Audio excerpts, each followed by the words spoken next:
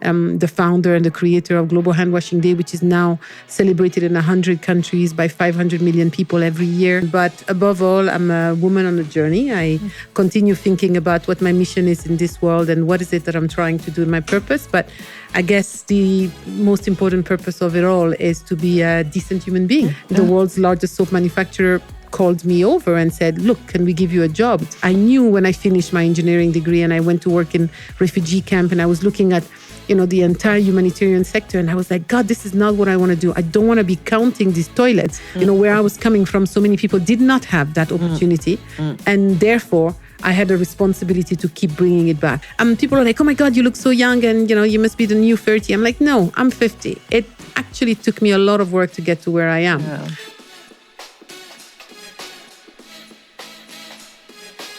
Good morning, good afternoon, good evening, depending on where in the world you're joining us from. And welcome to the Becoming podcast, conversations on self-actualization. So in this podcast, we have conversations with women, men of different origins about their trajectory and the work that they've done to become the most authentic, most transparent, brightest, wholest versions of themselves. Today, I have the joy of being accompanied by a superstar, but actually my older sister. I'm here with Myriam Sidibé. I know I say this every time. I don't want to start defining people, but she is an author, a researcher, founder of Brands on a Mission, a mother, a daughter, a friend, like I said, an older sister and an inspiration. But I will start this podcast by allowing her to actually tell us who it is that she is and what her process of becoming has been, because that's precisely what we're here to talk about. So Miriam, welcome. It's a pleasure to have you. Thank you, Kadi. I'm so delighted that we get to do this in Nairobi. Welcome, Karibu. Thank you, Karibu. It's such a pleasure to be able to do this podcast and share a little bit about my journey. I'm Professor Myriam Sidibé. I'm the founder, Chief Mission Officer of Brands on a Mission. But above all, I'm a woman on a journey. I continue thinking about what my mission is in this world and what is it that I'm trying to do in my purpose. But I guess the most important purpose of it all is to be a decent human being. I think it starts with that. So I have tried as much as I could to live my journey in the most authentic way I knew of. Creating my path along the way. None of the careers, none of the titles, none of the experiences that I've done were ever charted out for me because they didn't exist. And so that's what I think we're going to talk about, because I'd really love that to be a role model for what you can be in the future, because I can tell you it was not meant to be. It was designed and it continues to be designed in this world. Deliberately. I like that. So tell us a little bit about yourself. For people who don't know you as well as I do, you've started to define yourself as a professor, as chief brand officer, but who is Myriam becoming today? And is that the person that you always thought you would be? You said it wasn't charted out for you. So who are you and what got you here? Wow, that's a big question. Well, I think I'm still evolving. So I don't think there is a place where I say, this is who I am and this is where I'm going to be. I don't think we're static. I believe very much in intentionality. So I believe that my almost every decision that I've made around my career decisions, my decisions to be an author, my decisions to be a PhD, to be a professor, to decide to do practice public health into the private sector, all of those were decisions along the way that I've charted and I've actually defined who I am. I believe very much that, I'm originally from Mali, you know that, right? Mm-hmm. So I grew up in Mali until I was, 10, 12 years old. And my parents had a chance to go to the UN. So we started moving around. I've lived in over 20 countries. Oh. I consider myself very much a third culture child. So that's very important for me. I'm a big believer in global pop. I rhyme very much in compa as much as I do my Afrobeats and as well as I dance kizomba. So I think for me, this ability to be able to fit into all these different worlds have so much to do with who I am, because I think I come with this adaptability to be able to fit in, which I think is really important in a world where so much is being done in isolation, where to be able to pull people together has always been a strength that I bring to the table naturally, because obviously I've had to do so. I learned to speak English when I was 15 and moved to New York, didn't speak a word of English, and then, went to university in Canada, master's in the UK, and PhD at the London School of Hygiene and Tropical Medicine. And also with a variety of disciplines. So I'm an engineer by training, a master's in public health, a PhD in medical anthropology, and then spent most of my career practicing public health from the private sector. So I moved to Unilever when I went to present my findings, and in trying to understand a bit why were people washing or not washing their hands. And the world's largest soap manufacturer called me over and said, look, can we give you a job? Can you come and tell us how we're going to be able to, come up with the world's largest hygiene behavior change program? And so I spent 15 years there. I built a hygiene program to reach 1 billion people. I was the founder and the creator of Global Hand Washing Day, which is now celebrated in 100 countries by 500 million people every year, which is a UN-recognized day. Those were all things that I never had put on a job description when I thought I was starting off thinking this is what I was going to be. I thought, I'm not sure what I was thinking, to be honest. I just kept going with the feeling and thinking this is not right. I knew when I finished my engineering degree and I went to work in refugee camp, and I was looking at, the entire humanitarian sector, and I was like, God, this is not what I want to do. I don't want to be counting these toilets that no woman was using. I don't want to see this woman only as a beneficiary, this rural woman in the world. And I went back to do a PhD because I wanted to understand how I would get her to use these toilets and how I would get her to wash hands. And then finally, when I ended up joining the private sector, I fell in love with just the concept of consumers, because this same rural woman that, some people were considering beneficiaries in the aid sector, every, resources in Unilever was being spent to get her to think that she was very special, because we wanted to know what color of soap she wanted, what packaging would make her want to wash her hands, what price she would spend to buy her bar of soap. And for me, that was a lot more empowering. So the word of consumerism at that time felt a lot more empowering as a young African woman that wanted to be part of the change of our continent. So for me, this is so many worlds all at once. I'm a UN child. I, studied as an engineer. I was destined for definitely a development career at a very high level. I ended up doing most of this in the private sector, not really, thinking. I never thought I'd spend 15 years there, and then that I would end up being a global thought leader, charting the way for so many multinationals on how to drive social impact and grow their business model. But again, I don't regret any way along the way. I can talk to you about how hard it's been and how difficult it is to be very often the only one, because that is something that I've lived with practically all my life. But it is not a chart that I regret, because I've now opened the door for so many along the way. And, now there are missions officers and people that are creating the job titles and, being entrepreneurs in their companies because I have opened up that door. Well, thank you so much. And I think it's, so I'm glad you brought up the difficulties, because it sounded so inspiring. And one has a tendency to conflate success with ease. And so the fact that you mentioned that you're a third world kid, or the third culture kid, which is a concept that we've explored quite a bit on this podcast, because it generates people who float between different societies and have different definitions sometimes imposed on them of who they are supposed to be or who society wants them to be. One of the things that has come up in conversations with different people is the sense of belonging or the lack thereof. And you sound like you've been extremely mission-driven and purpose-driven because you feel like you have a sense of belonging. At least that's my interpretation. That's what I've been hearing. So how does one cultivate that? Can you tell us what your environment or experiences were that shaped you in these different countries as you were growing up across time and across countries that allowed you to develop this sense of, it could be belonging, it could be something else, but that enables you to be centered and to be confident in that center that you have? So I would say, I have never departed from my ultimate purpose, which was always to work for the most vulnerable. And I think I take that from my upbringing and the fact that, of course, my parents were both aid workers. And I grew up around dinner tables where the main meal served was around social justice. Like every single conversation was around how do you help, people that don't have, that you should always be lucky because you have so much more. And even though at the time my parents were NGO workers next to Timbuktu in Diré, and we didn't have much. I mean, I went to public school.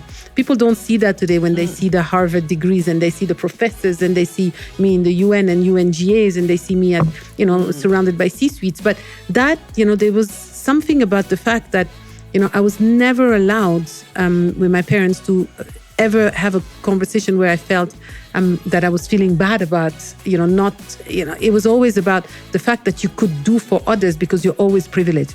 If I had a pair of shoes, it was better than the kid that didn't have. So this is the environment in which I grew up. And, if you read my book, Brands on a Mission, best-selling business ethics book in the world now, but, how could I, growing up from that environment, ever think that I would be a business ethics author? That was just not in that environment. But I go back to my upbringing. I go back to the fact that I grew up in Mali, in rural areas, and really thinking about parents that were thinking about helping the most vulnerable. So for me, there was never any doubts in my mind that I wanted to work with and for the most vulnerable. That was never a question. Yeah. How I was going to do it is the part that's very different. And that was never defined. And I continue there was always this sense, because when the chart you follow isn't one that is defined, and you have to choose either being, you're saving lives or you're selling. How can you possibly want to do both? That in itself was very conflicting. And the only thing that kept me going was the fact that I knew morally that what I was doing was good for public health. And I had the public health background and training to say, hey, I just spent 15 years of my life studying to know that hand washing with soap saves lives. I'm sitting in the world's largest soap manufacturing. We are selling soap and we're selling bars of soap. What else could you possibly do with soap than washing hands? So I know now the way in which it was done, where it was done, how do you define programs? What were the metrics? How many, behavior change were we doing? All those were important questions. But because I had that background and I never moved away from that because it was clear in my head that, I knew I was doing something good. Okay. And you could build around that. So I think, I always go back, and you will always hear me say I'm from Mali. Mali has been that's the local language. That's I'm Fulani. My parents both, we grew up there. So it was very much for me, my anchor. Then I discovered the world, but from a place of security. And from a place of thinking about, I knew I could do good in this world. And, where I was coming from, so many people did not have that opportunity. And therefore, I had a responsibility to keep bringing it back. So for me, that was never a question. So even when it was difficult, it was always, well, you know what? I'm already so much more blessed than so many others. And therefore, I have a responsibility to keep giving. I really appreciate the concept of security, because I think it's from that place that you can do so much more. And I want to come to a question about how we cultivate that for everyone who's listening. But before that, it sounds like you're saying that your vision, your mission was very well anchored in your family, that you had an adequate level of support and sufficient sort of flexibility for them to see the way in which you were moving forward. And so you had security that allowed you to have a certain level of confidence. So where was it hard? Okay, what made you question yourself? Oh, well, I mean, when I was in engineering school, I was probably one of the only one in McGill at the time in agricultural engineering. So being the only one in so many, when I then finished a PhD in public health and went to Unilever, and I was like the eldest now PhD with all these young marketeers, and I had to learn from scratch again. So whenever you are not following one chart and one charted way, it's very unsettling. So you have to keep going back to your roots and your resilience to be able to what anchors you, to be able to keep driving forward. And I think for me, that's something that that's been hard, figuring out what to do, being able to balance out, obviously being a partner, being a wife, being a mother, and wanting to have that whilst being different. That's also something that's different, and we don't talk about that enough, right? So and being able to mix ambition with my softness and my femininity is something that it's hard.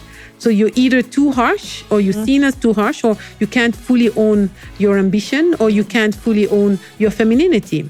So the number of times that I've heard in my chart, you are, you're emasculating men, and I'm like, well, I'm feeling very defeminized right now. Like, who's actually thinking about what it means? But then it's about rethinking, your place and what partnership is, and how you create that, and how you can get that from a variety of places, because it didn't go exactly the way it was meant to be, and add to that the fact that I am a multiracial, I'm multicultural. So yes, I'm grounded in Mali because that's where my parents were, and that's where it was, and that's the one that was given to me. But both of my parents are mixed race, right? But so I am a Malian of French, but and also on my mom's side, so Guinean, Strasbourg, and Asian, and all of that. So you think about all this, but it was easier, and thank God my parents anchored me on Mali. But the reality is that's not fully what I was, right? So I'm actually at a point in my life where, in the becoming, I feel very anchored into all my different bits, and I feel like I can totally be myself, and that I have nothing to prove. And that's a very great place to be. That's right. I just want to be able to be given the right tools to drive my mission, which is how to help the most vulnerable with what I know how to do best, which is changing business models for good. And this is the sweet spot, right? This is the exact thing that we're trying to discuss on this podcast. It's the hidden aspect that's not sufficiently discussed. How do you manage the identity politics? How do you manage being the only one in the room? How do you manage that conversation about masculinity versus femininity? How do you manage the guilt of being a mom that has to travel all the time because society decides that, your presence should be 80%. And how did you, and you've raised different spheres, right? You had to be a wife, you had to be a mother, you had to operate as a trailblazer in a public sphere. Just let's take those three. What was your process for managing stress related to that? Because that's really where we want people listening to this podcast to go. It's to come away with, how do you get to the space where Miriam is today, which is still becoming, but comfortable in being wholly herself? Yeah. And yes, all these places. I mean, I have to say my anchor beside Mali and from a professional level and thinking about helping the most vulnerable is my kids, right? So, because I really think that my children, I'm a mother of 3. And as you know very well, I've navigated marriages, not only one. I seem to be collecting husbands these days. But, the point for me has been, how to find the right partnership to be able to do that. But the thing that something that I never questioned was the importance of being a fully owned mother that really ensures that my kids are my priority, no doubt. There's no doubt about that. They've always been. I try to model a behavior of a woman that continues to achieve for them and for myself and for a world that deserves it, right? But I think, but not necessarily by sacrificing it all. I do not want to judge any woman that decides to stay home for their kids, because I think that could be a very important part. I didn't have that luxury because financially and economically, I was needed at any point in time. And I believe that, my kids should get at least what I got, which is, I got a chance at some point to go to good universities. I got a chance to be able to be exposed, to have a chance, and I'd like to give them back at least that minimum. But that requires a certain level of financial independence, and being able to do that outside of the context of marriages, of rethinking that, and not accepting to be punished for wanting to be ambitious and for wanting to model. And I have 2 girls and a boy, and I think all of them need to understand, their role in obviously being this family that we've created. And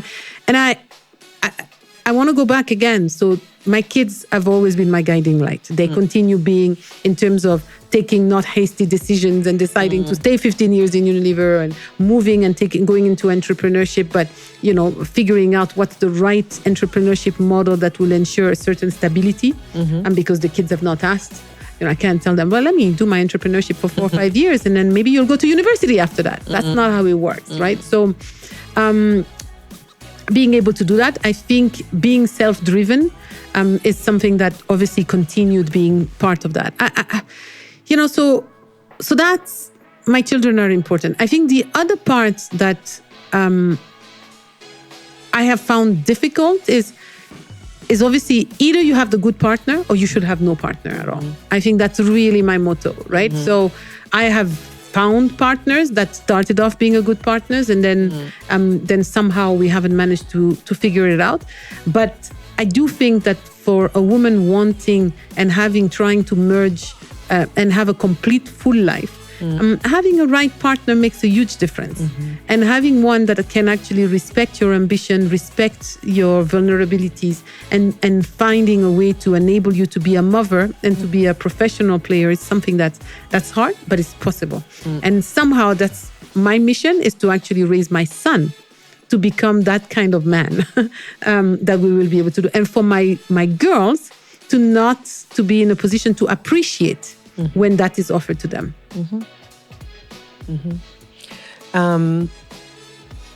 Partnerships. So supporting an enabling environment, right? I hear it in your parents.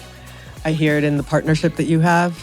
I think the second takeaway from me is mission-driven purpose, right? That seems to have been something that has helped you quite a bit, just in terms of work and your children. Where have you failed? Wow. Who fails? I don't fail. Yeah. There's nothing like failure. Yeah. There's a lot of learnings along the ways. But there's many things I would have done differently. But I don't also believe very much in regrets, because regrets is, people say it's a wasted emotion. I completely agree. Yeah. I don't regret much. I've learned. I come from experience. I've just turned 50 last week. So I'm super proud of it. Thank you. I'm now 5G, I'm on exactly where I am. People are like, oh my God, you look so young, and, you must be the new 30. I'm like, no, I'm 50. It actually took me a lot of work to get to where I am. Yeah. So I don't want to, I'm proud of every single year that got me to that. Are there things I would have done differently? Yes. Are there relationships I would have handled differently? Would I have measured maybe my giving differently? I probably would have done so. Would I have chosen my partners differently? Yes. But I still don't regret, because I have wonderful children out of it. So, yes, they are, would I, maybe I wouldn't have left Unilever that early. Maybe, I would have left earlier. There are many moments in my professional life where, maybe the impact wasn't as much as I wanted to do. So, I could count all of this as shortcomings, learnings, figuring out how to deal with private sector, public sector, how to become where you are. But I really just believe in the moment. And I think the moment is trying to be present and knowing that you can do better than what you did yesterday based on the learnings that you got. That's the most important blessings that one can have. So I never frame them as failings. Yeah. Never. Constant upwards movement. As long as we exist, we learn and we keep moving. And we keep moving. Okay. And we keep moving. And that is why I seem to have achieved so much, because you never stay down very long, right? You know, and I'm anchored in obviously spirituality. My mom is Catholic, my dad is Muslim.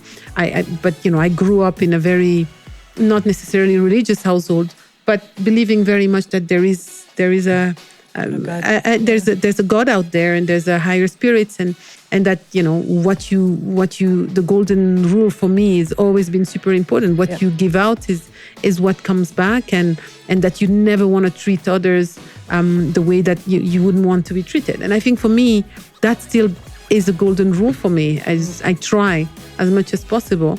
But I'm becoming, how should I say this? Becoming, and I think I love that, more clear of what my boundaries are and what is mine. I give, but I'm very clear today of some of those boundaries, which I wasn't. The younger Miriam wasn't. And that is something that I'm definitely working on. So you've started to answer my next question, which was going to be around a lot of what you're saying betrays a sense of resilience, of grit, of, you know, some of the qualities that keep people going, positivity.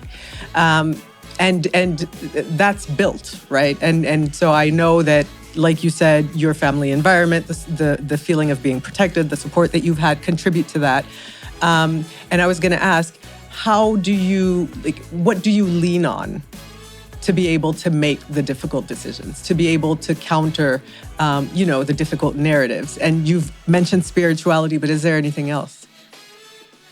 I think taking care of one's body is very important. I think let's not underestimate. I mean, I'm very grateful, and I'm super grateful to God, and every day for my body, because the body that has carried me, the body that has given me 3 kids that I've managed to, that continues enable me to jump in and out of flights. So taking care of one's body is something that we really should be.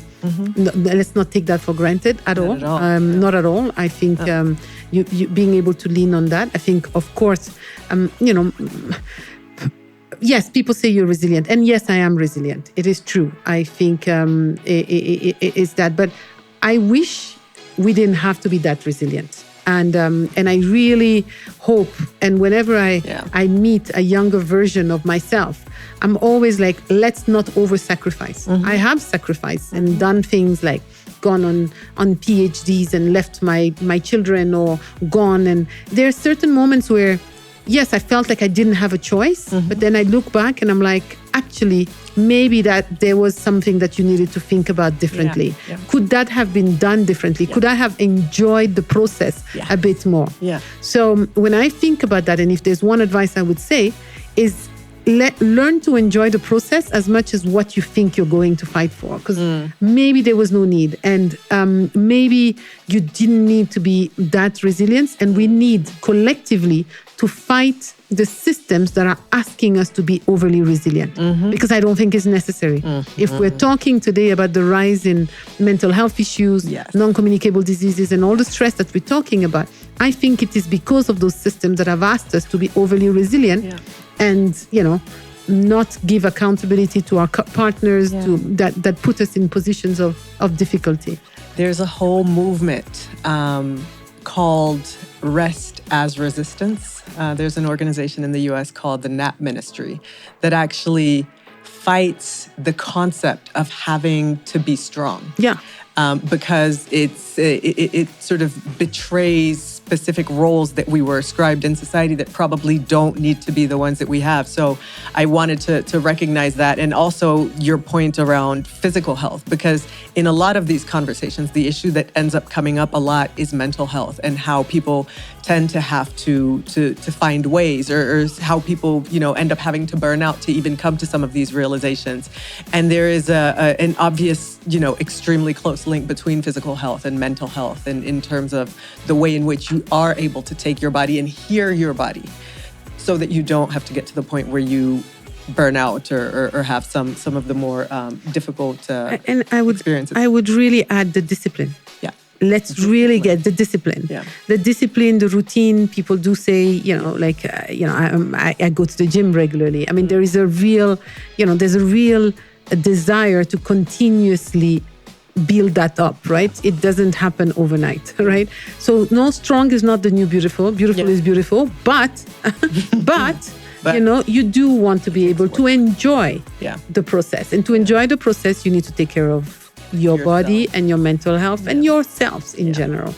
And so linked to this question of strong is not the new beautiful, and maybe we could have done things that were more generous to ourselves, and maybe we could have lived experiences differently. I hear you saying that you're becoming better with boundaries. Yeah. How has that process come about? When did you start? And I think this is, a process over time, but how do we start seeing where we're giving up on ourselves, where we're giving space to other people, and how do you rectify that?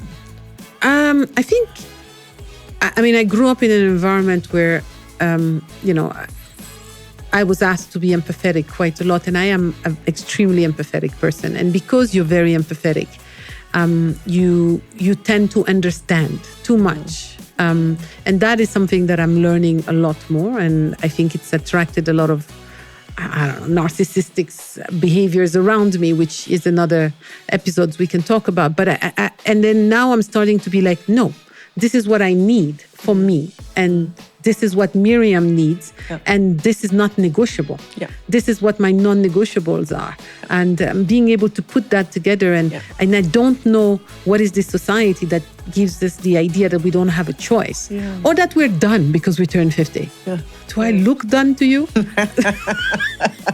The question for the day. Does she look done? Do I look done to you? I mean, seriously. I'm very far from being done. And it's not about reinventing myself. It's about continuing on my mission, but built from a place of experience, right? So, and I think for me, that is where the process of boundaries ends up happening, and then giving yourself the permission to enjoy. And I think as a woman and an African woman from that perspective, and you know very well the cultural background in which we're coming from. There is a lot of questions around, are you allowed? Do you deserve? And do you deserve? Do you deserve? Where do you question yourself, right? So a lot of very interesting intergenerational conversation and advocacy projects that I've been on lately, with elder generations, and then and just the fact that you are saying, well, no, I want to be able to stop working in 5 years' time. Right. I have, I'd like to move to Lisbon, dance kizomba, fall in love in Portuguese. I have no idea what's happening next, but I have all sorts of, desire for myself that do not include just being in a job. I mean, just being able to leave a very nice cushioned job in the private sector to decide to set up an entrepreneurship, because I didn't want to split my family. I wanted to stay in Kenya, and I wanted to make sure that my kids had a chance to have both their parents, and it worked for me, and I could still be a global thought leader, but yet be based in Africa and be based in Kenya.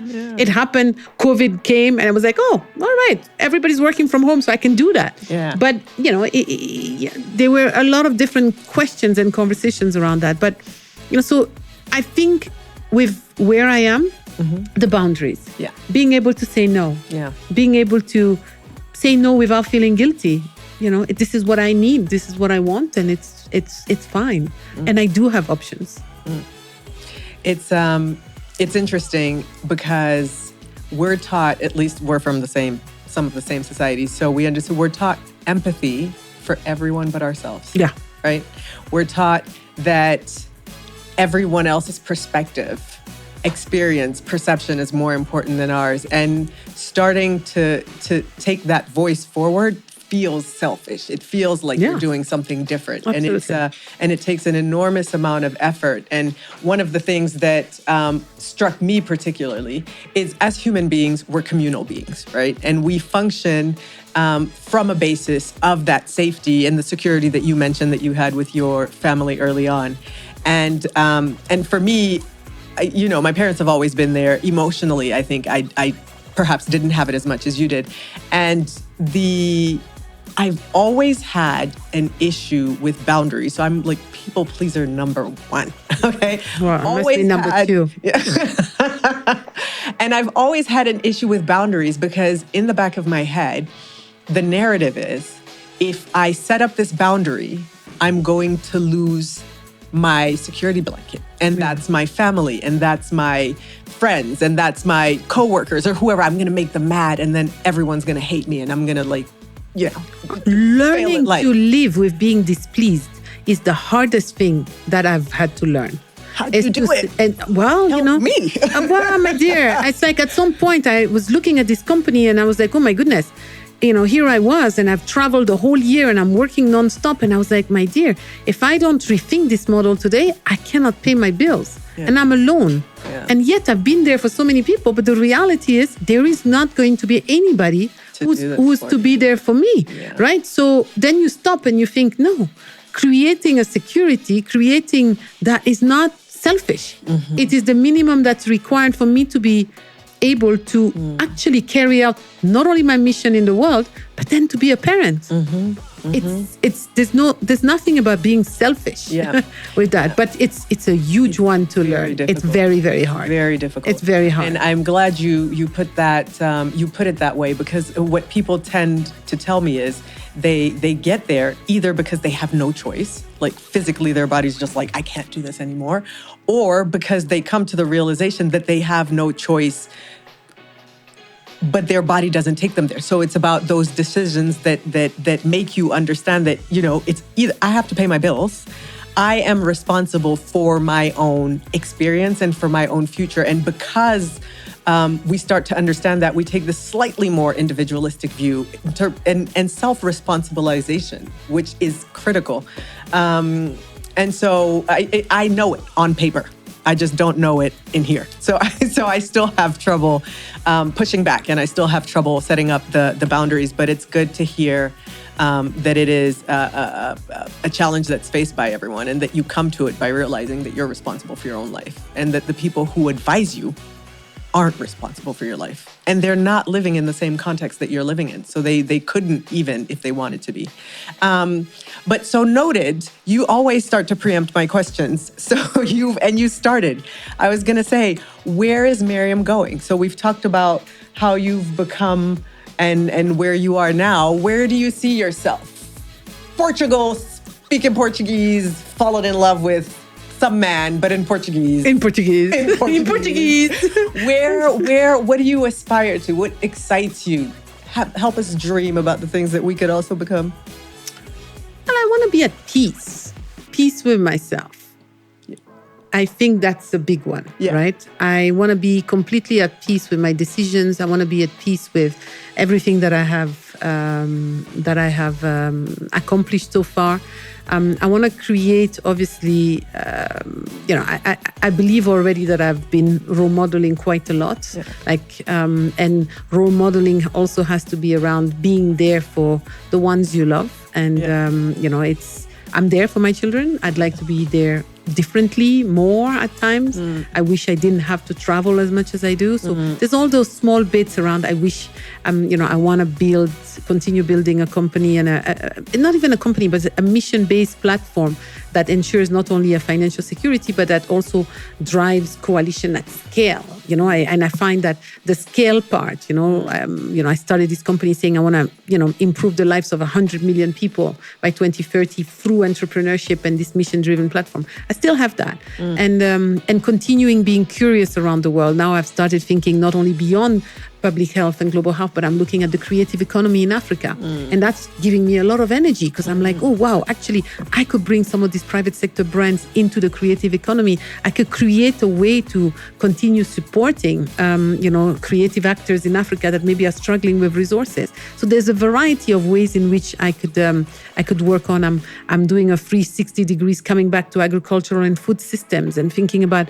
environment and thinking about, okay, so there's all these luxury brands that do buy into the dry lands and we're thinking about shea butter, or you're thinking about cashmere in Mongolia. How do you put all this together? So it's about, for once, putting all my words together, all the networks, because I have an amazing rich network, both in the private sectors, in the public sector, in academia, in the creative world, pulling these people together, thinking, wow, I put all these unlikely allies together, I'm creating a better world.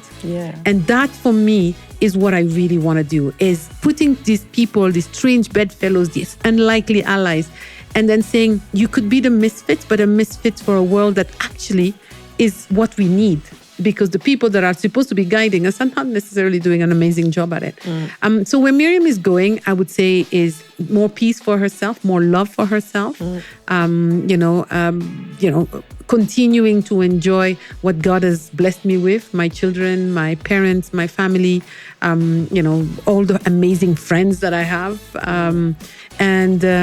Yes, and that's where I'd like to take this next and continue my mission of helping the most and working with the most vulnerable, but continue getting that deep into my belly, because that's what keeps the fire going for me.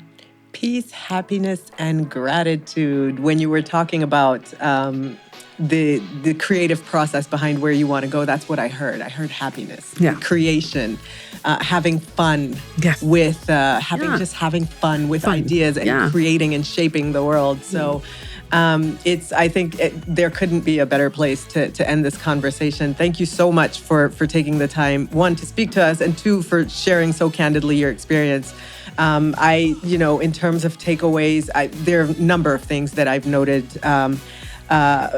just from security, having the right relationships, being supported by your family, having a mission and a purpose, and being, clear with yourself about that mission and that purpose, but then also helping yourself with tools, if one could call them that, like spirituality, making sure that you have, that you take care of your body, but that you do it in a disciplined way, understanding that some days it's going to be harder than others, and, when motivation lags, and to have empathy with yourself, like really making yourself as important, if not more important, than everybody else. So thank you so much for sharing your experience. Really, really appreciate it. And I wish you all the best. I know it's going to be fantastic. And we're not done. We're far from being done. We just started. We're just starting. Okay. Thank you.